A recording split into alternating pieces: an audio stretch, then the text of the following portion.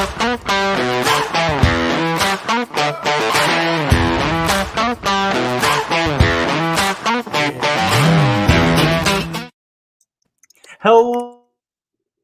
and welcome to another edition of Reality NSFW's coverage of Big Brother 24. Excuse me. I guess I was reading the Big Brother Canada header, and so it was just in my brain. I'm Bobby Goodsby, joined as always by my dear friend and co-host, Mr. Brent Wolgamott. Brent, how are you? Doing freaking fabulous. We are eating this season, let me tell you. And it started so bad too, which is why it's all the more delicious. It's more delicious than a chicken wing in an air fryer. Is that really delicious, by the way? I want to know. And is it pretty? Because I'm thinking Julie Chen's really not going to like that. But anyway, hello. How are you?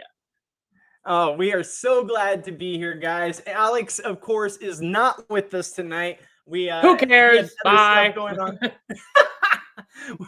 we love Alex. We're gonna miss him this week, but he will be back with us next week, right? Hey, that's the business. That's the business. We've each missed a week so far, so yes. It happens. Thank you guys for holding down the fort last week without me. I was moving into my new condo, finally out of my in-laws' house. So into our new condo. So very happy to be here with you guys and happy to bring you an amazing week. I missed an amazing week last week, and now we get a just as good week this You really week. did. So Brent, break it all down. Well, no, I feel like, we should talk to you first. You missed last week, and now you're seeing the results of it tonight. We saw the results of it last eviction night. So, what, were you able to, I'm sure you were able to watch it. What were you doing when you saw that the plan works last week, that we had an actual freaking blindside, double blindside if you count the veto meeting, and somehow no one found out about the plan to evict Amira? There was no James from BB17 in the house. Yes. For real, a blindside went through and we got to see the results of it with Nicole, her mouth agape, people crying. It was fabulous. What did you think? I was so beyond ecstatic when I watched the feeds last week and watched the formation of the leftovers happen. This whole month has been a crazy month for me in my personal life with moving and all that. And I actually got to sit down and watch that happen live. And I was jumping for joy that this was going to happen, that something was going to happen, that the people were going to represent Taylor and help get her past all the bullying, all the shitty people in this house making fun of her constantly. And they were going to help keep her alive and basically turn the tides and get this house in a different direction and keep her, on the right side of the vote every single week. And I was just beyond thrilled. The one thing I was bummed about was that I was moving and wasn't able to talk about it. I was like, I told my fiance, I was like, Andy, of all weeks for us to move, it has to be this week. Really? I was so bummed, but I'm happy to be here. I'm so glad we got the blind side last week. I was jumping for joy when I got to watch it after that night. I missed the podcast. I didn't get to watch it until after the fact because I didn't want to be spoiled. I wanted to see it for my own self, and I couldn't have been happier. Now, this week, I was a little bummed. Not as much of a blind side, but we did get out probably my most hated house guest in a while in Nicole this week. Yes, we did.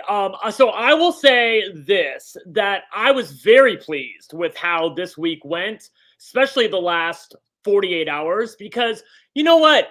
Girls, boys, people that are not sure, we saw a blindside last week, okay? We got to eat really good blindside deliciousness last week through the veto meeting and then at eviction night, okay? Because I was in this position last week where I was hoping that they found out. I was hoping Amira or Nicole or Daniel, somebody found out about Amira being blindsided or possibly being blindsided so that they would scurry and we'd get really good feeds. But instead it was like it's reality NSFW. It was like a pump and dump, okay? Like if you're a sexually active person, you know what a pump and dump is. If you're a gay man, pump and dump mean you walk in, you fuck, you get it over with, bye. It's literally all done in 5 minutes, okay? I've done many of them in my time. Let me just say. But tonight we made love to Big Brother. No pump and dump tonight. All this week we got people scurrying. Nicole slowly realizing, oh my God, I made a mistake. Daniel realizing that he has made a preposterous mistake. in choosing to backdoor his best friend in the house and really the only person he could truly, really trust in the house. And it was just glorious to watch over the past 24 to 48 hours when the leftovers started to trickle out that maybe we might want to evict Nicole here. Maybe that might be better for us. And they really worked to make sure it was basically a unanimous vote. And they got their wish. It was really stunning to watch, and how all these people are behind Taylor. I will like I'm gonna try to. It was amazing to watch. I do have something to say about Taylor continually sitting on the block and being a pawn and being isolated from the alliance. I don't love that, but we can talk about that. Put a pin in that for just a moment, because we're going to talk about like the game as it stands. It is just really, really exciting to watch people who realize that they were on the bottom, who realized they didn't have control of the house, to rise up all together and say, "No, sir, no more." And they have done it, and it is just great to see. I am psyched for where this week. I will say, this is a hot take. Okay. If he wasn't such a horrible person, but even then he's even though he's such a horrible person and really, really like a total downer, I kind of am rooting for a Daniel HOH tonight. I really kind of am. And the reason I am is because he can't do anything with it. The way the twist is shaking out, he really can't do anything with it. The worst thing that could happen would be Brittany and Michael end up on the block at the end of the week. That would be the worst thing for the leftovers. But he can't get Taylor, because obviously the leftovers would evict Indy or Alyssa. I think Indy at this point, the way Alyssa is playing well, I should say, and Indy is being such a total cunt to everybody. Like that, I mean, that is the tea. She has just been awful to Taylor and to a lot of people in the house. She is not rubbing people the right way. And and I know that Daniel's actually pissed at Monty and Joseph right now, so he might try to put Monty and Joseph with Terrence on the block as a threesome. I think that would be really, really intriguing, because I'll just again put a pin in it. You're telling me that they're not going to take their chance to evict somebody like Monty? I want to talk about that, if they would really actually evict Terrence. But it would be a more exciting week if we get let's say we get a Michael HOH tonight. I mean, the week is pretty much done. I mean, it's Daniel, and you're going on the block with Kyle, and Kyle's going to hate that, but he's going to have to sit on the block. And if they win the veto, then it's going to be Alyssa and Indy. Like, I mean, look, there'll be very little gameplay. But if Daniel wins HOH tonight, I feel like there will be a lot of gameplay. Also, if somebody like Indy or Alyssa wins HOH, what would they do with it? A lot of things to talk about, possibilities going forward. Not everybody is totally protected. Yeah, see, I disagree with you. I am finally not in my in-laws' house anymore, so I can say how I really feel. Fuck Daniel. Get him out of this house. I am tired of seeing him on my television screen. I'm tired of that. I know. There is that. Throwing around his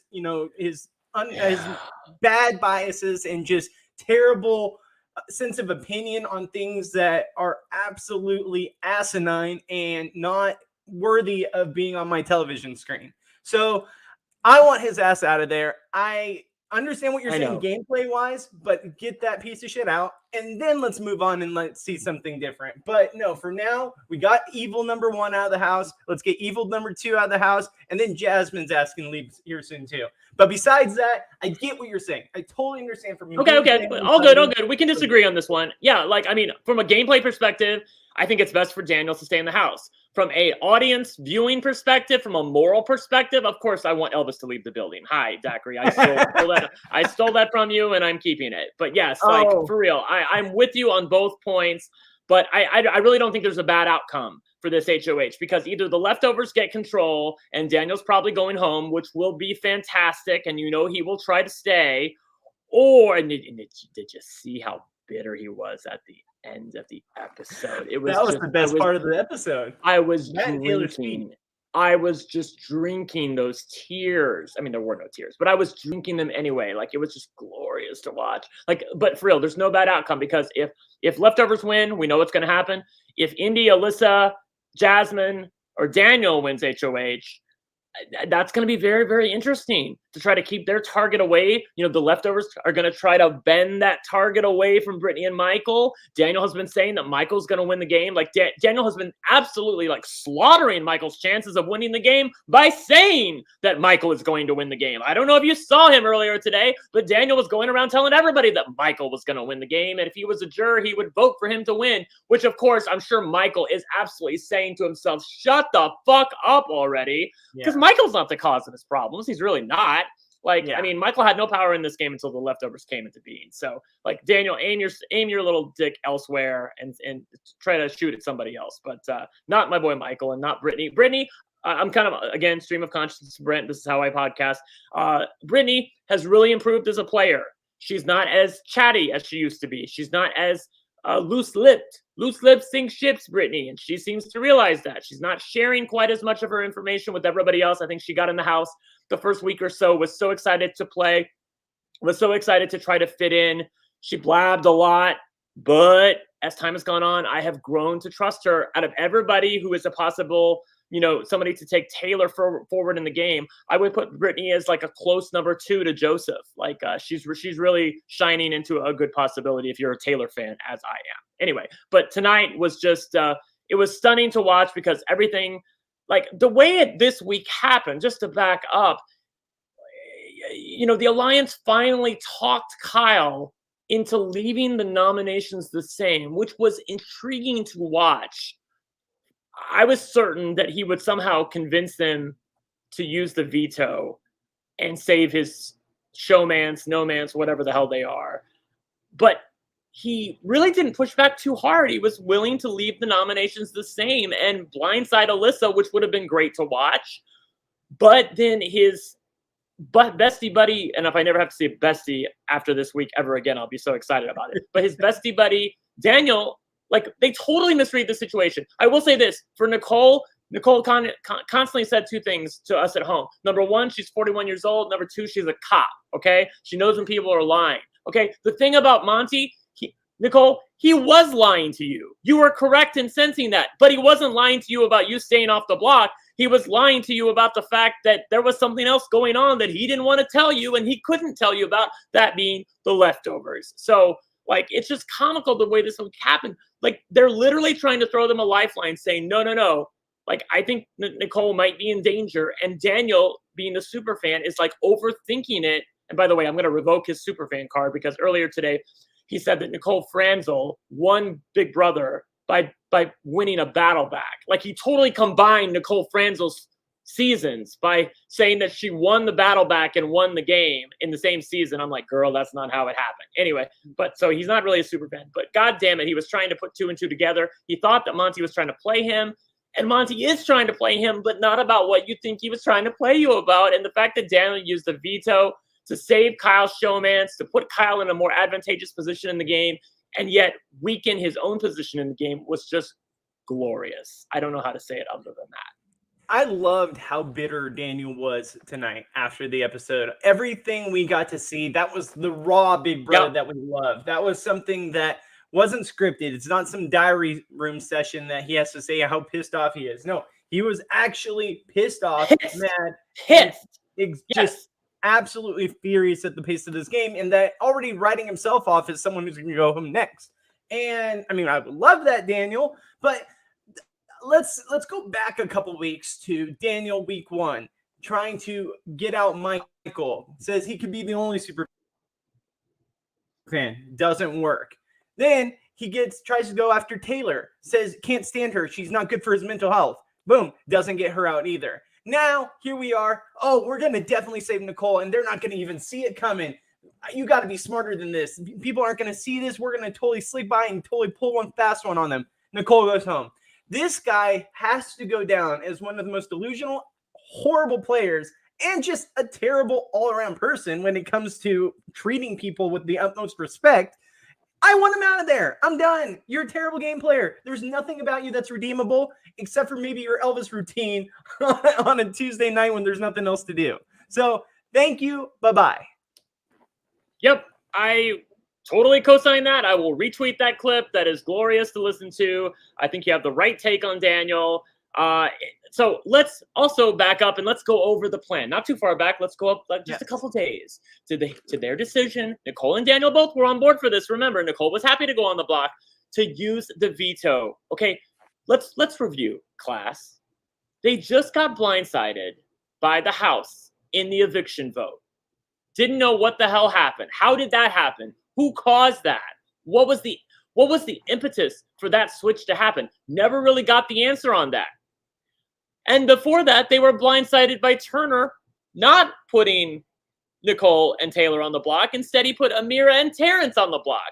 Blindsided twice. And you're telling me that 3 days after you were blindsided for the second time, you want to walk into a scenario where you play he's playing the game, I'm smarter than everybody else, because Daniel always thinks he's smarter than everybody else, okay? So he's playing the game where he can backdoor his own bestie, his real bestie, not his fake bestie, but his real bestie in the game, his final two, the Rugrats, Nicole, put her on the block with Taylor and get the House to do what he wants, which is get Taylor out and play it very cute. And if you listen to the way they recount this, and this I tweeted this out, how ridiculous this was. They talk about, okay, so if the girls from last week, Indy, Alyssa, and Jasmine, plus me, plus Terrence if we can convince him, plus Kyle. And Kyle voted against you last week and didn't even tell Alyssa. These are the votes that they thought they had going into. And of course, now Monty's saying he'll keep, but he's not. He doesn't even get to vote unless there's a tie. So you're telling me that it's like, basically in their minds, it was always 6-4 at best. Maybe 7-3. And I know no one was telling Nicole to her face early on, but you have to think that these people that fucked you over just 3 days ago are willing to fuck you over again. Like, did you not consider that?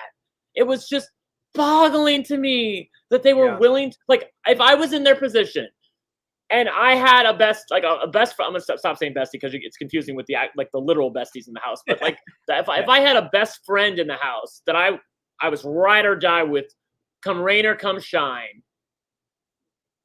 And I'm trying to think about how I would play this. But the one thing I know is I would not put them on the block after I just got shook by the House. And I really don't even know what happened. Like, even if people are telling me to my face, I would just, because the thing about Big Brother is this. If he would just not have used that veto, it weakens Kyle's position in the game. Alyssa probably goes home in that scenario, okay? Nicole is still in the house. Who knows what happens with HOH next week? Maybe they both make jury. I know people don't want to hear that, but maybe they do. Maybe they make jury. At that point, the twist ends. I'm convinced that the twist is going to end next week when jury starts, because it's been 3 weeks. And at that point, anything can happen. You win HOH, you can name any 2 nominees you want. You can flip the house. Like, anything can happen in Big Brother when the right people realize that they're on the bottom and they decide to do something about it with the knowledge that they have. And the fact that you are willing to risk your game by sitting on the block on eviction night is just preposterous to me. Like, Nicole, like, do you even listen to yourself? You don't even know what happened last week. And like 24 hours before this, on Sunday, she was saying, I can't go on the block. I know I'll go home. All of a sudden, 12 hours later, she's fine with Daniel putting her up and is even encouraging him to use the veto so she gets backdoored. I just don't know where the audacity comes from with these two. It is alarming to watch as a fan of the show, and as somebody who was rooting against them, it was glorious to see. Yeah, I can't even say anything against what you just said. Everything right there was spot on. Now, the only thing I can say is I wasn't able to talk about this last week, but let's go back. And we all know this twist is absolutely god-awful. It's probably one of the worst twists that production has ever had for a Big Brother season. They lucked, and with the capital L, into a likable alliance forming and turning the tides to make this even bearable, because if the other side of the house would have got what they wanted and stuck together, this season would be over. It would probably be the worst for season of all time. I concur. I girls, boys, I would have said peace out. I really would have, because I was this close to it anyway. I was this close to it. I needed the last 2 weeks because I have just been so down on Big Brother lately. Big Brother USA specifically. Big Brother Canada has been giving me what I want, but Big Brother USA, it's where it's at. It's where it's at, guys. And it just pisses me off that I haven't been getting that. All Stars was a total fucking dud. And I love watching the cookout, and that was so important to see. But the gameplay, especially like the final 6 gameplay, like the writing was on the wall. We knew X was gonna win. Like it just, I needed something more. Okay, I needed people, and I know we rant about it, and I know we rave about it, but I needed to see some people being nasty to each other. I'm sorry, you're fighting for like $750,000. I'd be a little nasty too if someone took it away from me. The fact that everybody was just fine with it last year, or at least up until they played the challenge and said they wanted revenge. I see you out there. Yeah, but like I said, I want to see people who are pissed, who are totally self-interested, who are pissed and god-awful mad when they get their chance for money and a win taken away from them. And I am getting that this season, and it's so great. And I'm just like, all the things that had to happen. Number one, for Paloma to just eject herself week 1 and save Taylor. I mean, that was like, where did that come from? I mean, I know it happened. I'm just saying, like, wow, if that doesn't happen. And then fast forward to this twist being literally god-awful, so god-awful that Taron Armstrong himself was imploring people to write to CBS, to tell them, to tweet them, to tell, like, this twist is terrible, and it just lets the Alliance do whatever they want.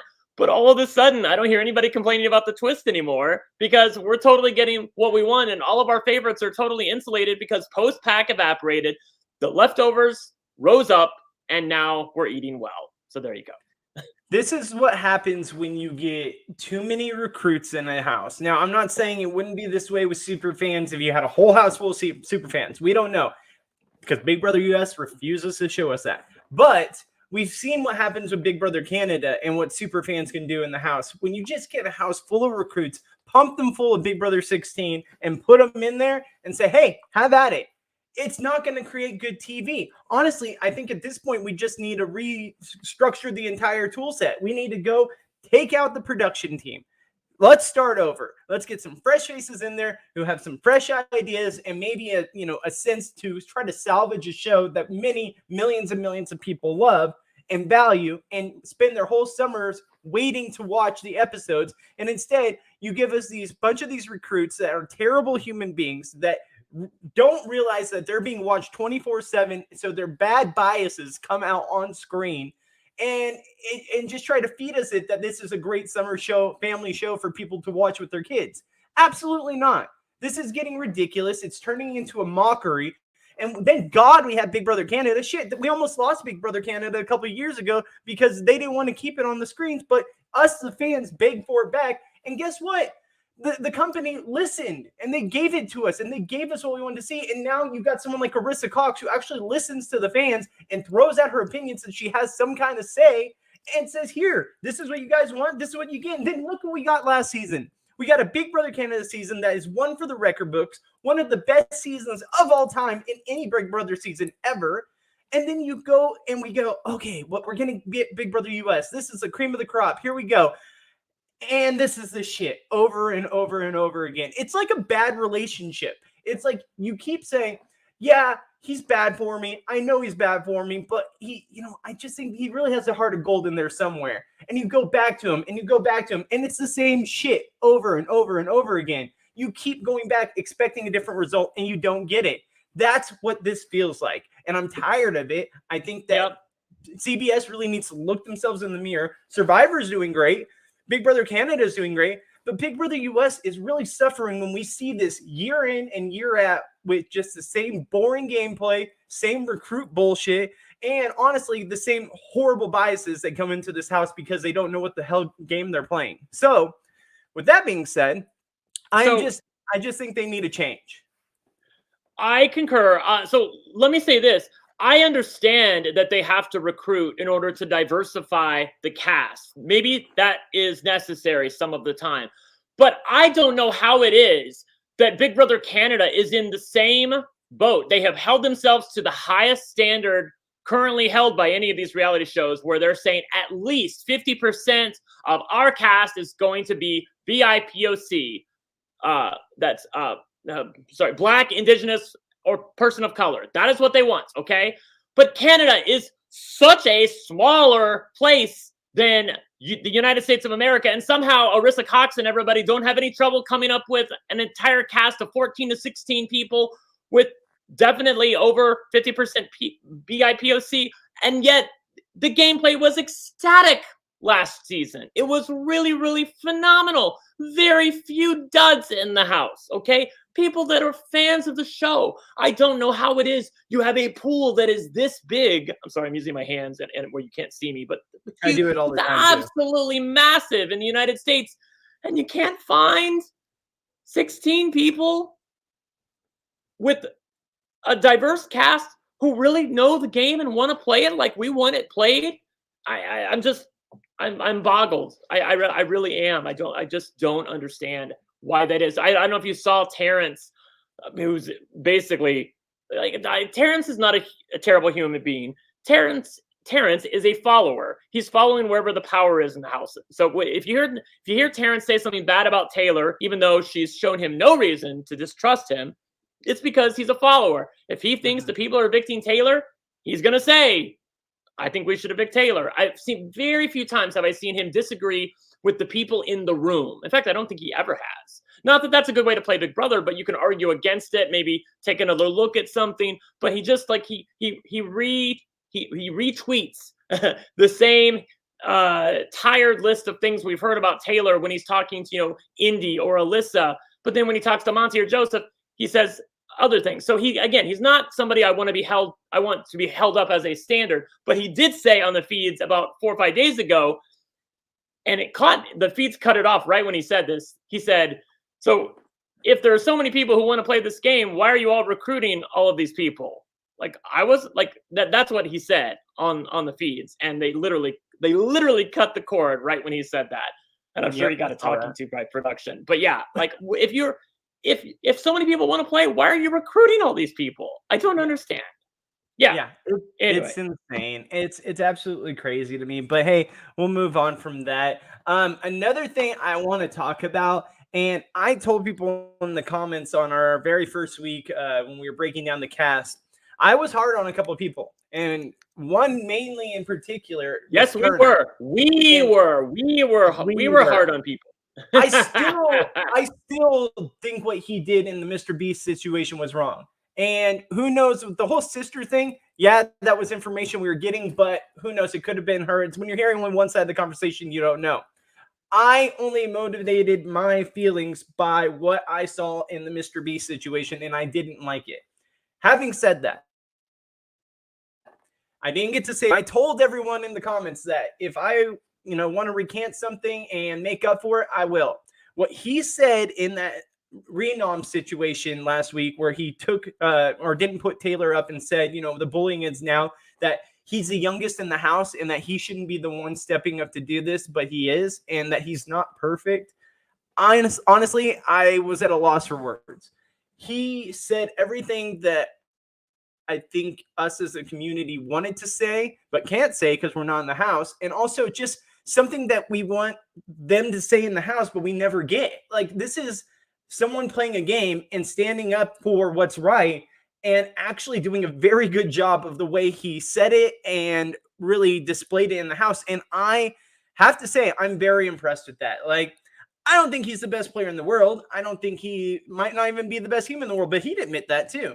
So I just have to give him credit where credit is due and say, listen, I tip my cap to him for what he said and how he stuck up for Taylor. I think it was absolutely admirable. And I'm honestly glad to see it. I'm glad I was wrong. I am too. So during our preview or after the first episode of the season, I got some pushback because I called Turner ugly as fuck. I said he was ugly as fuck. How the hell do they find somebody who looks like this and cast somebody like this? You guys can just like throw tomatoes at me for that one and dump water on me. I was in error. I got that one wrong. Turner, even though I wouldn't fuck him, I'm sure he doesn't care that I wouldn't fuck him. He is a really fun guy. You could have told me after night one that Turner would be the most likable male left in the house. at the end of week 4, Yeah. I would have been like, my mind would have been boggled. Like, I don't know how it is that Turner is such a deliciously fun human being. He's just really, really fun. And I guess that's what production saw in him. I got this one wrong. I own my shit. Sorry about that, Turner. You're actually a really lovely human being. I echo what you said about what he has said, but I will also add what he has done. He is just a livelier presence in the house than I thought he was going to be. I will say the first week, he was kind of just doing nothing. There were times where I saw updates and I didn't even see him mentioned. So it took him a while to get into the game, but now he's in the game. He's found his footing. He trusts some people. He's opened up a little bit. And gosh, it is just wonderful to watch him. We can talk about the Muffin Man if we want to, but I feel like we should leave that toward the end because that's more fun. But just suffice it to say that Turner, do not let me forget to talk about Muffin Gate, but suffice it to say, Turner has really had a complete turnaround for me. I'm actually rooting for him, either him and Taylor final 2 or Joseph and Taylor final 2. Like, I want those 3 people are probably my 3 favorite people in the house. Michael, probably a 4th. You know, I still don't feel like I know Michael yet. That's the thing. Michael's such a super fan that he's not let his hair down and just, you know, sort of like exposed himself, not in that way, but exposed himself to us at home. So we know who you are. And again, that's why I'm taking back Daniel's superfan card, because if he was a superfan, he would know not to say about someone who's an underdog in the house that they are not a good person. When he said that about Taylor, that she is not a good person. You like, if you're a super fan, you know not to say shit like that. Like, I don't care who I hated in the house. I would never accuse them personally of being an awful human being, of being evil. And that's what he's done in the house. And it's just, and isolating something. It's so funny watching him on the feeds now. I don't know if feeds are back, but up until the end of the episode, he's and even up through a couple hours until eviction, because you know he knew that Nicole was going home, and he knew it was probably going to be a 9-1 vote. He was moping around like, oh, send me home now. I guess I'm next. This sucks. You guys can't all share the check. We saw that on the episode. Yeah. And I'm like, people are doing to you what you did to Taylor. Yeah. And doesn't feel good, does it, buddy? Great. It's great to see. Yeah, it really is. I don't really have any sympathy for him.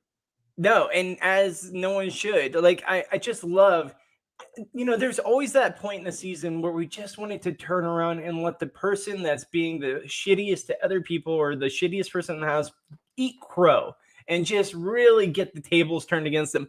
A lot of times it doesn't work out for us. A lot of times the majority of lives hardly ever together, and we don't get that sweet, juicy moment. Maybe at the end, but by then it's just they're eating their own, and it's kind of like whatever, you know, who's the best of the worst.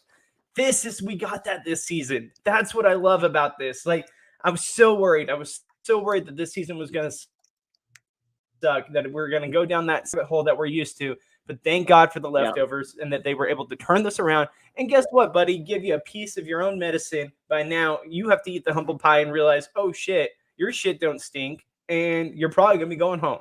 So, bye. Yep, and he knows it. And he knows it, too. He knows he has to win a competition or he's out. If he doesn't win HOH, if Kyle somehow, his three ways for safety. Kyle wins HOH, and by default, he's safe as the bestie. Daniel wins HOH, which of course he's rooting for, or Daniel wins the veto. Those are the 3 ways that he is safe. If those 3 ways don't happen, I just don't see how. Perhaps maybe whoever wins HOH from the leftovers, if they win HOH, puts like Indy, Alyssa, Taylor on the block again. Maybe that happens because they want to backdoor Daniel and don't even give him the chance at the veto. But then maybe something happens where actually that could, the way I was thinking maybe that the veto could be frozen, but that can't happen because of the way the veto twist works now with the bestie twist. If one person in that set of people wants to use the veto is used. So even if Daniel won the veto, I guess he would have to be, in order for something weird to happen, he would have to be like drawn for the veto, win the veto, use it on Indy, Alyssa, and Taylor, and then somebody else would go up. But that would presumably be like, you know, Turner and Jasmine. Jasmine goes home or something like that. So Like there's very little room for error here for Daniel. Yeah, absolutely. And just to go back for one last thing, we didn't get to talk about it because we only do this podcast once a week. What were your thoughts on the most insane episode of Big Brother television I think I've ever witnessed, which was last night's veto episode where they're all on drugs playing in a veto competition? I couldn't believe that Big Brother this is a family show and they're talking about psychedelics and doing drugs, and it just made no sense to me. I just have to get your opinion on this crazy batshit episode that they put on my television screen. I don't even understand Big Brother at this point, but I do know that there's William Yelton, I believe is his name, who worked on some of the story producing for the episode last night, and something's in the water. Like, you're going to get something new and interesting on Big Brother when you see something like that. I don't know who thinks of these challenges, who thinks of these storyboards, because they literally storyboard out, like what they're going to show on the episode. But it's definitely new blood. I know there's not new blood at the top, and I know there's not really new blood in casting. It's still the same kind of group of people, even though Robin has taken a little season off. But basically, like the editing team is different, and the competition is a little different. So even though it's kind of crazy, I like that it's different, even though it's crazy. Does that make sense? Don't get me wrong. It was something to watch and was something different. I just couldn't believe they went there. And honestly, I did not understand the competition was going on. When we first saw the first screen pop up and it's Daniel's character and he's explaining, I'm like, okay, this is weird, but it's like them having him explain the competition. No, we're full bore in the competition at this point. We're seeing everything they see, but like we never get to see how they see the screen. We don't know if they all see one screen at the same time. It was insane. Like I was like, oh wait, we're starting because each one of them is breaking this down. I was at a loss for words. I mean, like in life, there are some hits and there are some misses, and oh well. That's all I can say to that one. I think that was a bit of a miss for me. Yeah. But you know what? Luckily, we're eating so well this season. I don't even give it a second thought. I'm literally excited. By the way, I want to go back to something I said. Again, I might get pushed back for this, but I called Indy a cunt, and I'm sorry, she deserves it because she is so filled with hatred for Taylor. Okay, she can't even see straight, and like half of her embarrassment from last Thursday was being left out of the vote, but the other half was the fact that Taylor knew about it. Now, of course, I know there were some other people, Jasmine, Alyssa, who also felt that way. But if you listen to what Indy was saying over the past 24 hours, when she's realizing that Nicole's going home, Taylor's going to stay, like, I don't know what it is about this girl, talking about Indy, but she just has an innate dislike that is so rooted in something that is not game that I cannot put my finger on it. Other people can say what it is. I don't know what it is because I can't see her heart. But girl, like, she needs to tone down some of the hatred for Taylor. You would think going on to, again, she's a recruit. What am I saying? Like, whatever. It doesn't matter. Like, you would think that you would know not to say this about somebody. But the way she speaks about Taylor, it's like it's a personal offense to her that Taylor is going to remain in the game. And I don't understand how she can't hear herself. I will say that it's so delicious. Well, I've been using that word a lot tonight. Sorry. So it's so festive watching Taylor join Indy and Alyssa. And on that live episode, Indy and Alyssa knew it was going to happen. And Indy knew the camera was on her. And let me just tell you, when Taylor joined them, she was already smiling like, oh, yay, join us. Come over here, girl. But inside, she's like Daniel. She is, if anybody wanted to save Nicole, it was Indy and Daniel. She is seething right now. She is so fucking pissed that Taylor's in the game. Oh, I can't wait to, like, I think it'd be glorious for an Indy HOH because she can't even target Taylor. So, just eating all the way around. I'm not going. There are times where I backtrack on something and I say, I got that one wrong. I think for the way Indy has acted this week with what she said about Taylor and how vicious and mean she's been, she deserves to be called a cunt. I'm okay with that one. Yeah. Yeah, Yep. this one from casting was was a swing and a big miss in casting for this season. She just, they thought they were gonna get this firecracker that was full of life Me and too. be a fun person to watch, like an Abby Maria 2.0. Not at all. She is just not. How do I even put this into words? She's like Terrence, where she's a follower and she's doing what other people do, but she's always like 3 days behind. So people could have a totally different opinion, and she'll walk into the room holding the same opinion that she thought was the popular one a few days ago. And then it turns out that's not the. Oh, okay. Yeah. That's how we feel now. I get it. Yeah. Screw Taylor. Yeah, people have gotten off the Taylor hate train, and she didn't get the memo. Yes, she doesn't know exactly. that that's not a thing anymore. So her going around spilling vicious comments about Taylor and vilifying her doesn't do her any good in the game. And I say I would love to look at the multiverse where Daniel does not use the veto. Alyssa and Indy remain on the block. I bet you dollars to donuts Indy is the one evicted. I think so too. A few hours ago. I think that I'm sure Michael would have been pushing against it, but I think that a lot of people would just have been she would have been so terrible that they would have just had to evict Indy. But again, we didn't get to see that, but I'm sure we will in the future. I mean, and if that would have happened, we would have got more Alyssa and Kyle love segments that we need on our TV screen. Oh, that was so wasted. As if 4 segments of this shit isn't enough. We needed more. I can't. That's what I'm mad about with Kyle the most. It's not that he decided to get his dick off, which fine, whatever. Okay, we do that. Okay, I'm not mad at Alyssa for trying to create a little TV time for herself and get some dick for her. Good for her. He's a hot guy. I'd like to get it too. Just saying. But the fact that they're in a goddamn showman's means that we have to listen to it from Julie Chen and the announcer guy who talks about it. And this show is going to beat it into the fucking ground. And I can't fucking stand that.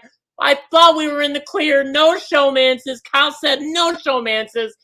And now he's in a fucking showmance with Alyssa and thinking with the wrong head. And you know it and I know it. That's exactly what's happening with him.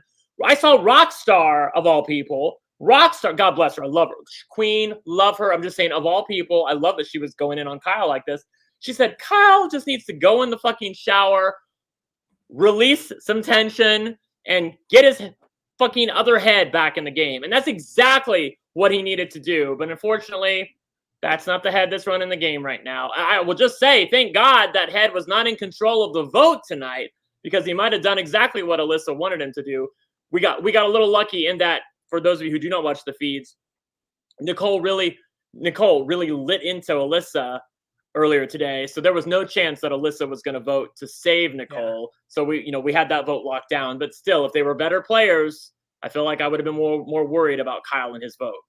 There's 3 main things that production for the TV viewing audience that they want us to know. And number 1 is the fall and rise of Taylor, the love story, love whatever that they want for Kyle and Alyssa and where that's going. Oh, and that Kyle's a Mormon. So any sex talk is like, oh my God, he's talking about sex. We have to bring this up. Oh no, look, they're talking about his boner in the shower. Like, we have to talk about this. Gross.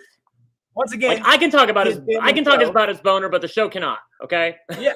They talk about how they have to be in a cold shower. He's like, I can't get out of here. What do you think it's implying? And then number 3 is every time we see, oh my gosh, why am I Scooter? Why am I blanking on her name right now? Jasmine. Every time we see Jasmine, we have to have a sound effect or a stupid accent that is not true of her. It's I'm over it. Those are the 3 storylines they constantly show and throw it in our face. Everyone hating Taylor, all that. It's like, please come up with something else. So beyond all that, so let's stop right there. Let's take point number 1. The storyboard of everybody hating on Taylor. That is reflecting of the fact that the alliance has not exposed themselves, and they want to continually make Taylor look like the pawn, i.e. the girl who's going to go home, i.e. the person you put up, making her look isolated to the rest of the house so that their alliance is covered.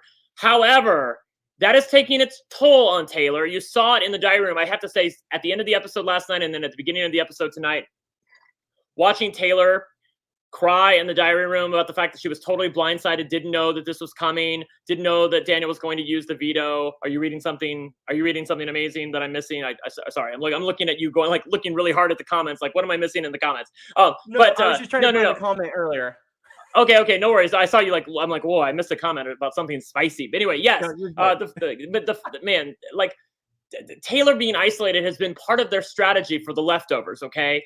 Go ahead. Continue to look for the comment, by the way. I got it. But my God, like, put the girl through enough by now. Okay. Can we, like, she wasn't lying when she was on the block and said, like, haha, like, give me a week off, guys. Like, girl, like, she needs a week off. I know that people on Twitter are being pissed about this, and I, like, from a game perspective, I am also pissed about it because I feel like it's worn itself out that 2 weeks in a row where Taylor has been saved. You cannot continue to pretend that you want Taylor out of the house. I feel like they need to just embrace themselves. Like, this is who I'm working with. I trust her. She's a good girl. Like, some positive stuff needs to be said about Taylor. People need to realize she's a player in the game. And I love it that she had that fucking speech tonight, which we haven't even talked about yet. Yes. She had that fucking speech tonight where she laid into Nicole, but she was classy as fuck. I could never, okay? I could never be as good as what Taylor did tonight because I would be so classless. But oh my God, Taylor was so classy and so amazing, but yet she literally tore Nicole a new asshole in doing so. And it was so glorious to watch.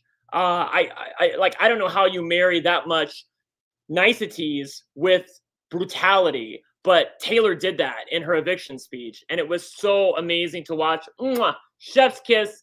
Daniel Bitter at the end. Mwah! Chef's kiss. Like, we got everything we wanted from this, and it was great to watch even up until the eviction episode. We got to watch all these people scurrying about and moaning and groaning about how, what are our favorite words, class? It's so unfair. This sucks. They're all followers. They're all sheep. Anytime people don't get their way, that's exactly what they say.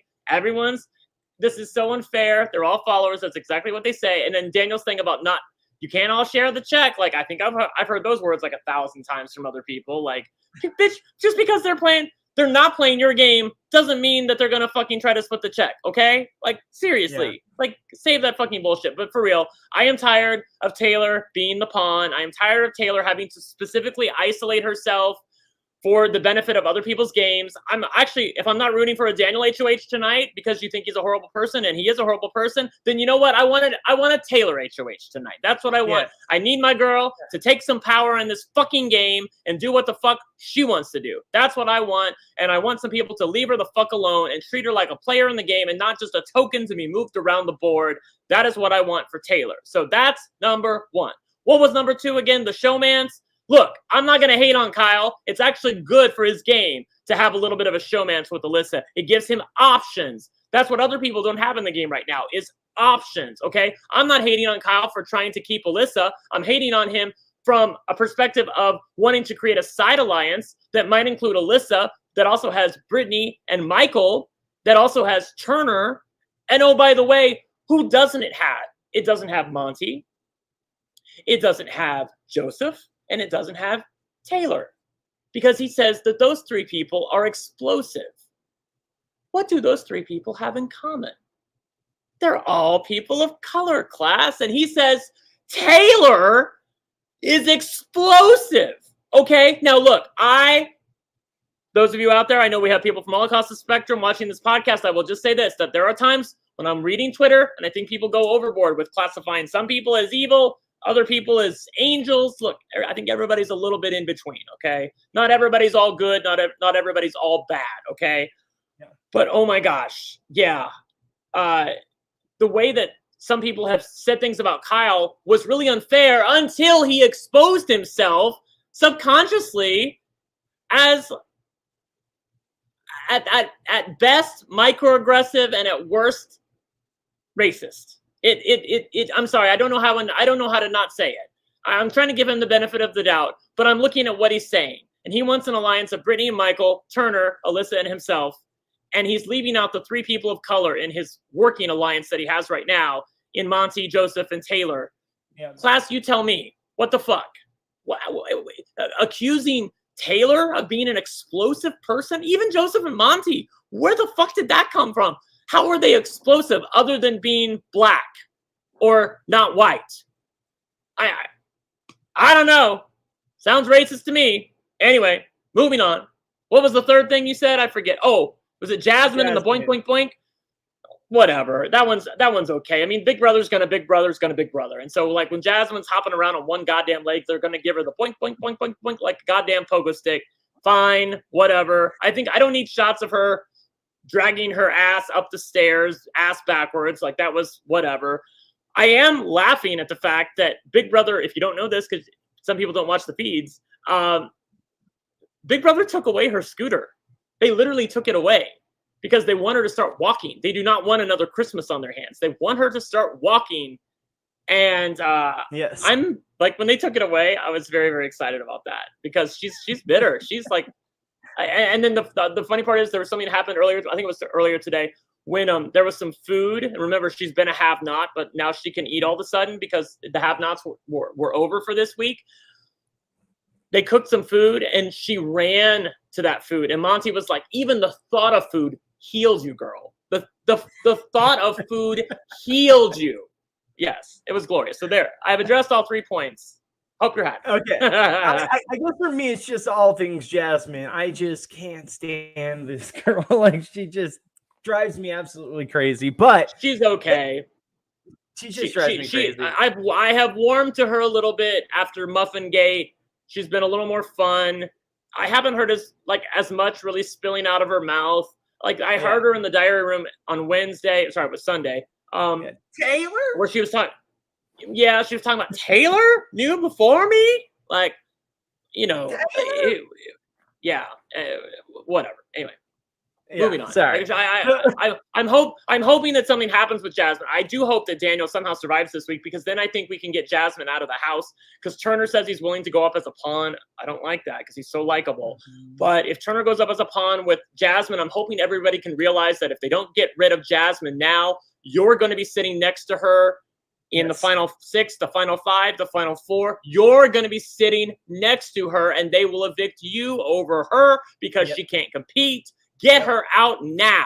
That is what they need to do. All right. So the one thing we did talk about a few minutes ago was I was looking for a comment while you were breaking it all down, and I finally found one. It's from Nowhere Man. I want to read this comment. What do you think of not having the HOH comp on the episodes or feeds 2 weeks in a row? Is it a good idea to have more content on this episode and not see the comp? We didn't stand it. Huh? Yeah, we didn't get more content. That's the problem. We got like Kyle and his showman sucking face. Like, that's what we got. We didn't get more strategy talk, okay? We didn't get to hear what Brittany thought about this and that. We didn't get to hear what Michael thought about this and that. We got like a blurb from them here or there. Instead, we got a 7-minute segment of Kyle talking about how he shouldn't listen to his dick.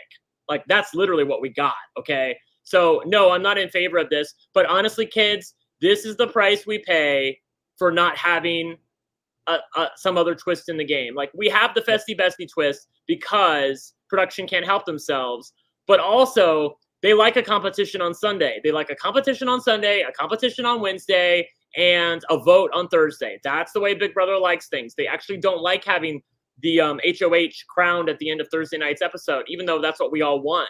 So this is the price we pay. They are intentionally leaving it out so that they can show it on Sunday night. They're going to block it from the feeds. They won't even let the feeders watch, even though we know who wins HOH. It's so dumb that they don't let the feeders watch that. And I'm just really bummed about that. I see a comment in the chat. I wanted to address this because we kind of addressed it with Jasmine. Grayson saying the thing about Jasmine, Indy, and Terrence are goats at this point. If they're there, they're going to take up a final 2 chair, which should be somebody else's. I concur. These people are the people you need to get rid of if you hope to make it to the end, because just think about it. If they're on the block with you, you're going to go home over them. I know you can't envision that. I'm even scared for Monty and Joseph. If somehow the HOH shakes out this week, let's say Daniel wins HOH, he puts, Brittany and Michael up, Brittany and Michael win, veto, and then he backdoors Joseph, Monty, and Terrence. You're telling me that with a clear shot at Monty, you're not going to get rid of him? Like, you're going to evict Terrence leftovers? I think Brittany and Taylor would think long and hard about that. I mean, I think they could, but they would need to go at it from the perspective of, if we don't get rid of Terrence now, he's going to make it all the way to the end because people won't evict him then. That's the tack you need to take. Make it a selfish thing with people. If you're sitting on the block with Terrence at Final 5, Final 4, you're going to be evicted. Take him out now. That's what Monty should be saying if he ends up on the block next to Terrence. But like I said, I think that is the most nervous I'm going to be this week. If somebody weird wins HOH, not in the leftovers, and the boys end up on the block, I would be very. I think it's hard to believe that they would evict Terrence, but I hope they would. Mark my words now. One of either Terrence or Jasmine, I agree, is going to be in the final 3. It's already set in stone. Heck, they might even make their way into the final 2 chairs. That being said, this is the time now to make the move if the leftovers are going to do it. As soon as this bestie festie twist is done, those 2 are in it for the long haul. At least one of the 2 is making it as far as we said. And I honestly believe that it's in the best interest of the leftovers to keep them in the game, to take that shot, to try to figure out a great time to, hey, let's take the shot now before they take the shot on us. That's what they should be thinking. So, Brent, I want to get your opinion. When do you think that the shot will be taken? How far along? I know we're looking a little bit ahead of time. Who do you think is the most likely to take the shot, and when do you think it's going to happen? So what are we talking about? Take the shot at who? I'm saying, when do you think the leftovers are going to finally cannibalize themselves, and who do you think is going to be the first one to take the shot? Depending on the HOH, I think it could come as quick as this week, depending on who goes up. I do, because they know, like, if I'm sure Michael is thinking exactly what I'm thinking. The twist is going to end at the end of this coming week. It's been 3 weeks. There's now 3 different pairs that have 3 people in them. Like the gameplay would get almost unbearable at that point if you have all these people globbed up together. And also jury will probably be starting then. The first 5 people will be out. I'm sure Michael is probably going to say it to Brittany, who will then tell other people that, look, the twist is probably going to be over at the end of this week. So if they wanted to make a move, again, I think the only way the leftovers eat one of their own is if Monty, Joseph, Terrence is on the block, because Terrence is the weakest threat to try to get out, and Monty is the biggest threat to try to get out. So you're telling me they're going to evict Terrence over Monty? I don't think so. I think they would probably take a shot at Monty and blow up the game. I think any other pair is Brittany versus Michael. If that happens somehow, that would be devastating for us. Obviously, that's a way the leftovers could eat one of their own. But any other pair, I think, is fine. Taylor's not going home against Indy and Alyssa. Kyle is not going, even though he's nervous as a long-haired cat in a room full of rocking chairs. Kyle is not going to go home against Daniel, and Turner is not going to go home against Jasmine. I don't think that is my order. So I think Taylor's the safest. Kyle's the next safest. Then Turner. Then Monty, then Brittany and Michael, because obviously there would be nobody to pick but a leftover. So that's my order of teams that are in danger. All right, and I want to get to Mary's question. Is there anyone who's been on the block this much? Do you think they could actually win? So I'm assuming she's referring to Taylor. Do we think that has there been someone like Taylor who's been on the block this much? Does she actually have a chance to win? And has it happened in Big Brother history? Has it happened? I'd have to think about it. I mean, Dan was on the block week 1, week 2. Taylor wasn't actually on the block week 3. She was just threatened. She was just threatened to be on the block. Sorry, go ahead. What were we gonna say? Spencer made it to the final 3, and he was the constant on. Right, I know. I was thinking of Spencer. Yeah, I was getting there. Yeah, Sorry. Anyway, it's okay. I lose my train of thought. Point being that I think that there is still a way that she could do it. Has it ever been done? It is not off the top of my head, but it can be done. And the way you do that is by blending back in with the populace. The problem for Taylor up until now is that she has not been able to blend back in. And I have to say, part of that is her play has not been stupendous. I think she could be doing better. She has been doing better. I know I said on the podcast last week that her play has been substandard. It is a little above standard at this point. I'm happy with the improvement I have seen in Taylor's game, okay?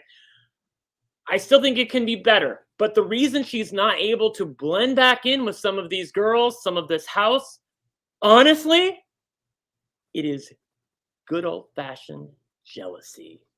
Those bitches are jealous as fuck of Taylor. She is gorgeous. She is stunning. And she flaunts it, as she should, because she looks like a goddamn queen. Did you see her, Bobby, when she walked out onto the backyard in a bikini and heels with a little shawl around her that was basically transparent, looking gorgeous as hell? People were like, Indy was literally gnashing her teeth. Alyssa, Nicole, Daniel, they're so mad. And then she gets in the chair, the lounge chair. She doesn't even take off her heels. She lays back. I can't even do it with my microphone. Hey, wait, hold on. Yeah, I got my microphone. I forgot. Anyway, she lays back. She's like this, and her heels are hanging off of the chair. And it's just so great to see, because like she's just like she's a fucking movie star. Like, and they're so mad about it. Oh, I swear, but mark my words, it is good old fashioned jealousy. Like, if this was Once Upon a Time, one of my favorite shows ever, Indy would be turning green, literally, because she's so jealous of Taylor. Okay, that is the tea. So in answer to Mary's question, yes, I think that Taylor can win because she's going to get a new lease on life after that speech. I don't think people are going to mess with Taylor as much anymore. I think they're going to see her as a real player in the game. Now, my microphone was impotent for a second; it wouldn't stand up. But like, yes, the Taylor's going to get a little new bit of a lease on life. I think people are going to start taking her a little more seriously. And when people take you seriously, they'll talk game with you. And if they talk game with Taylor, she can branch out even a little bit more than she's doing right now. So there you go. 100% it's a jealousy thing. I mean, Taylor's got a new lease on life, just like you said. She literally had to start from the ground and work her way back up in this game. And if you think about it like this, she's been constantly put down since week 1. She's been put in a position where everyone in the entire house was against her and she was going home, to slowly getting people on her side and moving her way up. So we can't just expect her to be full bore a game player and people are going to, respect her as one of the best game players, because they still see her as someone that was on the bottom and has slowly tried to get in with people to work her way up. So it's not her fault. It's not anything she did. It was the position that these nasty girls and guys put her in this position, and she had to slowly work her way into a game playing position. Now she's finally in a spot where she can actually make some moves and people actually value her opinion. God forbid they value this woman's opinion. Or she finally is in a spot where people will take her seriously as a game player, not just someone that they're saving or someone that they just need as a number. It's not like that anymore, but we have to understand she had to build her way out of this hole that originally was created for her from these, bigots of people. So I think that this is a new lease on life for Taylor. This is where we're going to get to the jury stage. Taylor most likely will be there. And this is where Game Taylor will take over, and we'll get to see the real game she went in there trying to play. And I'm excited to see it. Yep. Very, very excited to see that. Okay, so now are we taking a break, or we're just going straight through? I was just going to say, let's go take a break, and we'll get back, and we'll have you break down the break. Game. I will say, for people out there, the break isn't as long as it was before. It's literally only like 2.5 minutes, so we'll be right back, okay? All right, we'll be right back. We're all trying to eat better, but healthy breakfast doesn't have to be boring. Magic Spoon has the amazing flavors you love, but without all the bad stuff. And it's amazing as a midnight snack right before bed. 0 grams of sugar, 13 to 14 grams of protein, and only 4 net grams of carbs in each serving. That's only 140 calories per serving. It's keto-friendly, gluten-free, grain-free, soy-free, and low-carb. And build your own box. Available flavors to build your very own custom bundle are cocoa, fruity, frosted, peanut butter, blueberry, cinnamon, cookies and cream, and my favorite, maple waffle. Now, Magic Spoon recently brought back their 2 super popular flavors, cookies and cream and maple waffle. Thank goodness. But they're back permanently. And when these flavors were first introduced for a limited time, they sold out extremely quickly.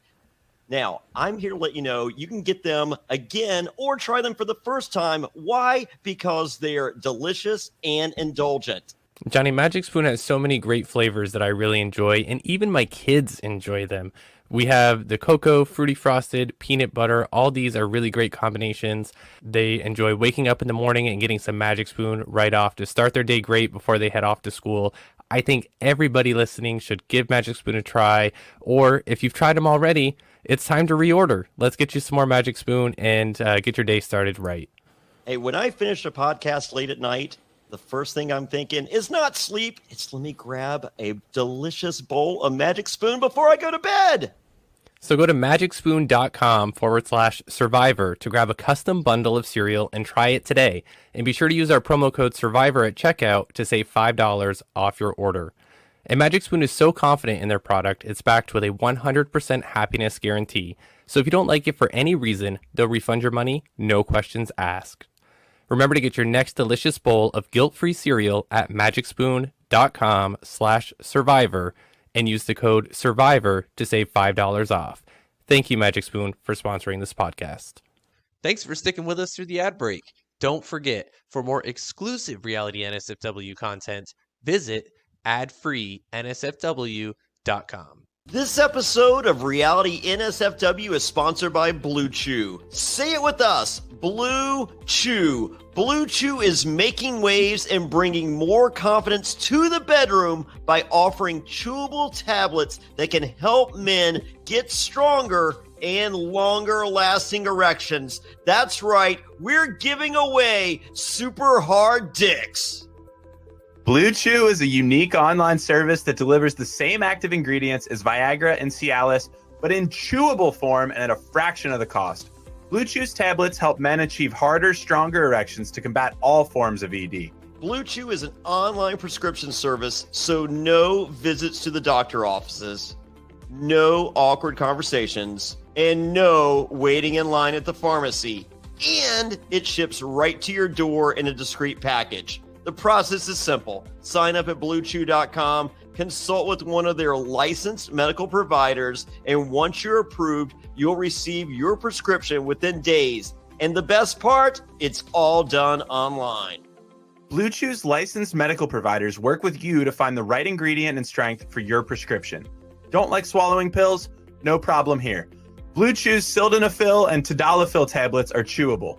Blue Chew's tablets are made in the USA and they prepare and ship direct, so it's cheaper than a pharmacy. Hey, if you're looking to give that immunity idol to someone, or you don't want to be voted out of a crater, don't worry, Blue Chew's got you covered. So if you could benefit from extra confidence when it's time to perform, visit BlueChew.com for more details and important safety information. And we've got a special deal for our listeners. Try Blue Chew free when you use promo code SURVIVOR at checkout. Just pay $5 shipping. That's Blue Chew, BlueChew.com, promo code SURVIVOR to receive your first month free. And we thank Blue Chew for sponsoring the podcast. And we're back. We want to also thank Blue Chew for being our sponsor and helping us send some of their product into the house to Kyle to get the job done. So thank you. So while we're here and before we get going on Muffin Gate, I do want to say to you guys, please, if you're following us on YouTube, hit that like button, hit that subscribe button. It really helps us out here at the podcast and helps us continue to bring this coverage each and every season with Big Brother Canada and Big Brother US. And also, if you can, hit that notification bell so you can come on and watch us live every single Thursday night when we come on here immediately following the episode to break down what we've seen the entire week. Always, please, guys, give us any feedback on YouTube in the comments.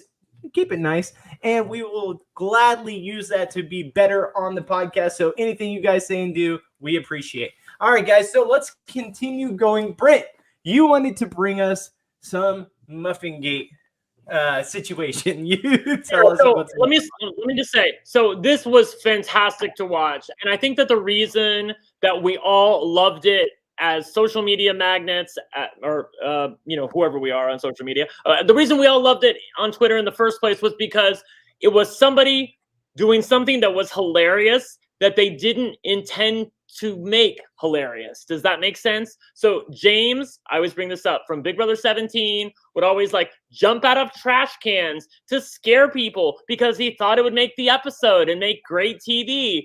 Fucking Turner like eats/steals part of the muffins that Nicole made for Jasmine because she's not a have-not anymore. So just to back up, sorry, some of you don't watch the feeds. Nicole, the chef, remember she's a chef, she's not a cop anymore. She made muffins for Turner and Taylor because they're off of being have-nots. Remember, Jasmine's been having a terrible time as a have-not, has been literally taking pickles, which are considered a condiment apparently, and dipping them in sugar and eating them, much to the disgust of Twitter and social media.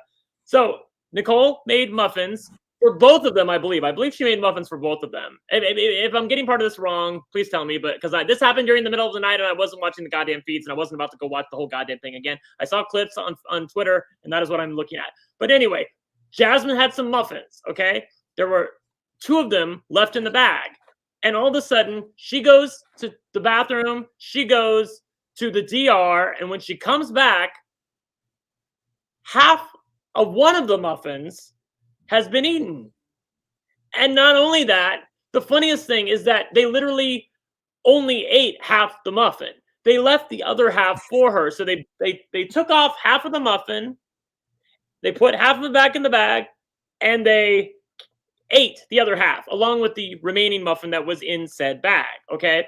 Jasmine is pissed about this. She's got the bag like a piece of evidence, like she's Perry Mason or something. God, that's a dated reference. She's Inspector Gadget. That's what she is. She's looking for who ate my muffin? Did you eat my muffin? Who ate my muffin? She's looking for the muffin thief. Nobody will fess up to the muffin. Fast forward to Taylor and Turner talking. Taylor, yeah, who's Tyler? Taylor and Turner talking in the bathroom, and they're talking about it. And I can't remember. You guys help me on chat. Taylor said something about Jasmine kind of being a horrible human being. Like, it wasn't like she didn't say it like that because Taylor would never say something like that. But she said something about Jasmine, about her not liking Jasmine or doing something that Jasmine had done to irritate her. And Turner's response, deadpan, was, "That's why I ate the muffin." And he confessed that he ate the muffin to Taylor. And then he told Joseph that he ate the muffin as well. And of course, Joseph, his mind is blown because he's been accused of eating said muffin. And it just starts from there. And again, Turner didn't do this because he thought it'd make great TV. He did it because he was fucking hungry and wanted to eat half of the goddamn muffin. The hilarious part is that if he had just eaten the whole muffin, I don't think she necessarily would have noticed. But the fact that he ate half the muffin is what was hilarious. So she's looking for the muffin thief, and Joseph gets the bright idea for him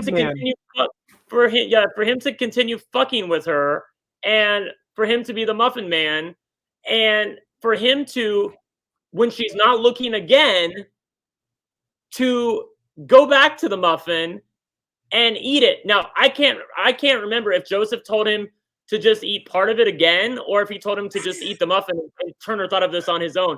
But what Turner did was even more hilarious. He goes back to the muffin, and rather eating the other half, because the muffins are just laid out. I don't know why she's doing this. I would have taken them to bed.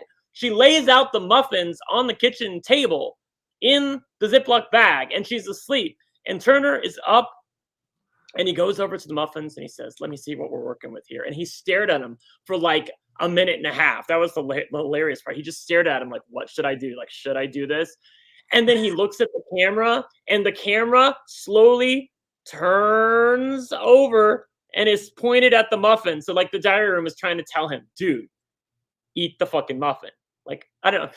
Have you guys ever seen Big Business, where like Bette Midler has Lily Tomlin as her sister, and Lily Tomlin's just like piecing on the little pastry that she has, and Bette Midler is talking to her about like, God damn it, we've gained all this weight and I look horrible in this picture, and why aren't the shareholders doing what I want? Now eat the goddamn muffin. Like, that's what, every time I hear this is what it makes me think of. Now eat the goddamn muffin. So he won't eat the goddamn muffin. He only eats half of the muffin. So he leaves part of the muffin still in there.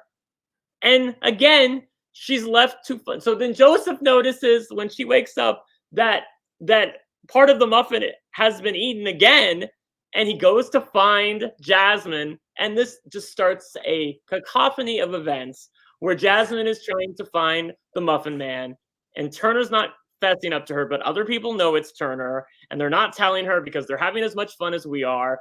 And Turner also went in the diary room at some point, so I'm sure we're going to get a clip of it on Sunday of him like telling the diary room what I'm up to.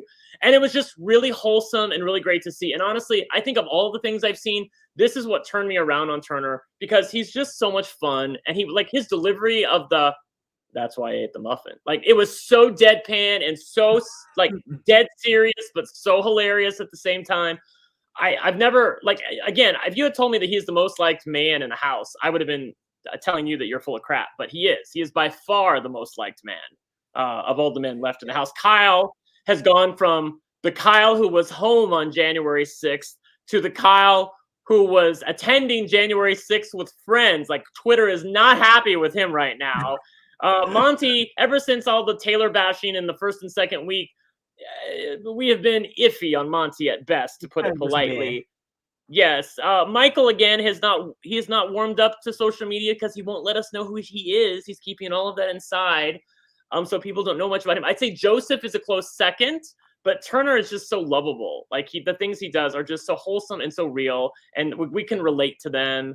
And we've all done it where we've eaten something of somebody else's, and then they notice it's gone, and we're like, fuck. And can we get away with this? Usually not, but he knows he's in a house with 11 other snakes, so he can totally get away with it. So watching him get away with it was a lot of fun. There were people that had entire threads on the entire tale of Muffingate, and I'm really hoping that in his goodbye message to Jasmine when she does get evicted, I'm hoping they don't tell her this entire time. If she may have already found out, but I didn't see that on Twitter. I don't think she knows at this point. I'm hoping that he fesses up to it in the goodbye speech, or if he makes the final two, I think that would be a hilarious moment to win the jury over by telling Jasmine in the final two that I was the Muffin Man. Like, I just think it'd be so great. It'll be so great, you guys. It'll be so great. Do you know the Muffin Man, Jasmine? It was me. Right? Yeah, that's a lot. A lot of people were retweeting. So, you know, if you watch Game of Thrones, spoiler for Game of Thrones for the next 20 seconds. If you want to watch Game of Thrones, I'm about to spoil a major event. Okay, just telling you. All right. So in season 4, Game of Thrones, the king gets murdered. Nobody knows who it was for an episode or two. We later find out it was Olenna, who was part of a different house. And at the end of the series, toward the end of the series, she's about to die because they've captured her. And before she takes the poison that they're forcing her to drink, she says to Jaime Lannister, she says, "Tell Cersei, I want her to know it was me." That is the delivery of the line. And so, of course, everybody was painting Turner's face on Olenna and was wanting Turner to say, "Tell Jasmine, I want her to know it was me." So again, good fun to be had by all. I had a lot of fun reading this, and given some of the stuff we went through in the early weeks on Twitter, it was really great to see some fun being had on social media. It was great. It was great. I didn't get to watch it myself, but I did see all the people talking about it on Twitter. So that's actually one of the things I want to go back and rewatch tonight once feeds come back, see who won the HOH, and then go back and watch the whole Muffin saga. So you have to let me know where those clips are.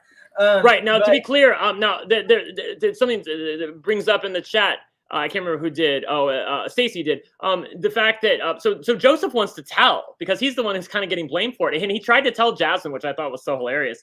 He's like, "Look, Jazz, if I ate your muffin, I wouldn't just eat half of the goddamn muffin. Like, I would have eaten the whole muffin. Like, look at me, I would have eaten the whole muffin. Like, I would cop to it too. Okay." So he's telling her, "I would eat the whole muffin." But they played a game that I don't understand. I'm hoping somebody in the chat can explain this to me, where they're both like, they play a game and they say, let's play. So then they both go 1, 2, 3, And like apparently the first one who repeats a number is the winner or the loser or something. I don't know. Like there's something. Y'all tell me. Does anyone understand this game they're playing? But it doesn't matter. They're playing a game that only the two of them can understand apparently. And Turner won it. So for today, they're not telling Jasmine that Turner was the one who ate the muffins. So I'm hoping that as Bobby talks here, that chat can explain to me what the fuck game they're playing, because I watched it like 3 times and I still don't understand it. Yeah, I don't understand it either. It makes no sense to me. But yeah, no, like I said, it seemed very fun. I'm shocked that Turner is the one that is getting such a redemption arc with the community. But honestly, I'm glad. I'm happy for it. I like to be wrong about something in a positive way. From everything. Oh, I'm never wrong. No, never. Never. From what I had seen outside, and actually from what I know from the outside with a lot of the situation he was in, I just did not regard this guy in a very high quality. And I did talk about this earlier, and I don't want to beat a dead horse, but I did think that he was going to be kind of a worthless, probably, a hated house guest in this house. And he has been the complete opposite. I'm a little different than you, Brent. I think Michael's probably my favorite of the guys in the house. I understand why people have their reservations about Michael and the fact that he won't open up, but I feel like that's just Michael. Like, I just feel like he's just kind of a quiet guy, but he's a super fan like us. So he's doing the things in the house to show us on camera that he is a super fan. He actually knows what he's talking about, unlike Daniel, but that's just him as a person. That's how he acts, and that's how his mannerisms are. So I don't think that it's more so he's trying to be uncomfortable about it. I just think that that's his natural ability, that's how he displays himself to people. So okay, I kind of can. The thing is, like, the subtle things, like him not giving shout outs in the diary room, him not wanting to go in first into the house, just even the smallest of things adds up to me giving respect to him, because he knows what the fan community wants and what the fan community respects. Yes, he does. Yes, I love that about him. And yeah, and then Turner, honestly, might be number 2. So for the guys in the house. So I agree with you. Yeah. All right. So is there anything else you want to talk about? No, not really. I just want to say that let's see who wins HOH. I think again, I think it's funny that the way this twist worked out. We hated this twist so much. And now, because of the makeup of the house and the people that we're rooting for, the twist has totally worked to our advantage. But I am excited for next week, when hopefully this twist will end. We can give back to pure Big Brother. I'm kind of hoping someone useless, and Indy's just as vile as Daniel. I'm sorry. Like, I would rather her go out, because I don't think she'd ever vote for Taylor at the end. I think she would just be unfair as a juror. I'll just say that. So I'm hoping she survives, and Daniel would be a far more enticing villain. And if he won HOH and he could name any 2 nominees he wanted, honey, that spicy Big Brother there. I'll just say that. Anyway, but yes, I've had a great time with you, Bobby. Great to have you back this week. And super podcast. Yeah, it's been a lot of fun. We're finally getting the show a little bit closer to what we want, but let's hope we can continue this trajectory and get the shitty people out. We've got 1 to go, people. Yes, one to go. But if any goes, I'm okay with it. Sorry, is it Wednesday or Thursday next week? I know we were talking. For me, I'm available. Yeah, I think somehow you're lagging now. I don't know how that's happening, so we'll wrap up really fast. But it's Wednesday, or either I'm lagging or one of us is lagging. I don't know. But Wednesday is the day that I'm going to be available. If you guys want to podcast on Wednesday, I'm happy to. We'll talk about it. Okay. So most likely, guys, we will be back next Wednesday to bring you guys the show immediately following the Wednesday episode. For some reason, there's a lag, but we're going to get out of here. We want to thank each and every one of you guys for being in the chat with us. If you want to find me on Twitter, you can find me at Goodsby Bobby. You can find Brent at One Lucky Gay. Shout out to our boy Alex, who will be with us hopefully next week. And we will see you next Wednesday, most likely, maybe Thursday. All right, guys. Until next week. We'll see you later. Bye. And for more reality NSFW content, visit adfreensfw.com.